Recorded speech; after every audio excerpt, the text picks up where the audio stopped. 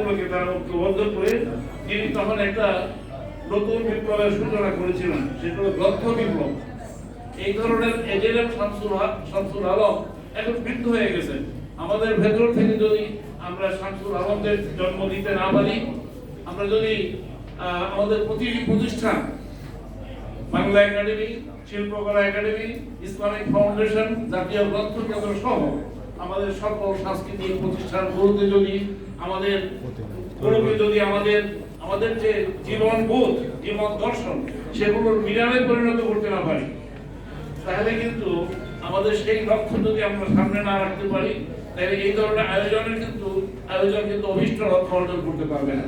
আমি সারামূলকভাবে দু একটি কথা বলছি যে আপনাদের কাজটি অনেক বড়, আপনাদের কাজ অনেক বড়, আপনাদেরকে পরিকল্পনা করতে হবে অনেক গভীর থেকে।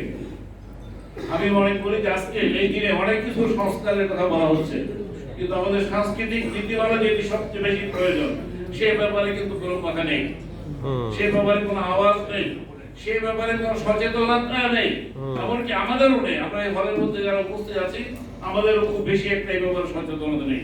আমি মনে করি একটা সময়, এই পাক বদলের মুহূর্তে, এই মূল পরিবর্তনের সময় আসুন আমরা জাতীয় সাংস্কৃতিক নীতিমালা প্রণয়নের ব্যাপারে সৈয়দ আলী হাসান যে নীতিমালা আমাদের সামনে রেখে গেছেন, সেই নীতিমালাকে সামনে রেখে আমি বিশেষ করে আজকের অনুষ্ঠানের প্রধান অতিথি প্রফেসর ডক্টর আনোয়ারুল্লাহ চৌধুরী সাহেবের দৃষ্টি আকর্ষণ করছি।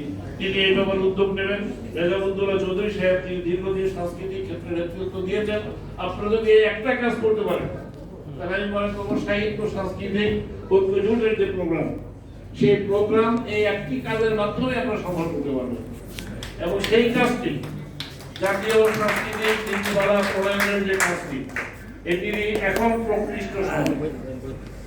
আমরা বরাবর সাংস্কৃতিক ক্ষেত্রে পরাজয় মেনে নিয়েছি এবং আমাদের ভূমিকা হয়েছে একটা প্রতিক্রিয়াশীলতার ভূমিকা। অন্যান্য কাজ করছে তার দেখা দেখি সেটাকে মোকাবেলা করার জন্য আমরা একটি সাংস্কৃতিক প্রোগ্রাম দিচ্ছি। এই প্রতিক্রিয়াশীলতা দিয়ে সাংস্কৃতিক বিজয় অর্জন করা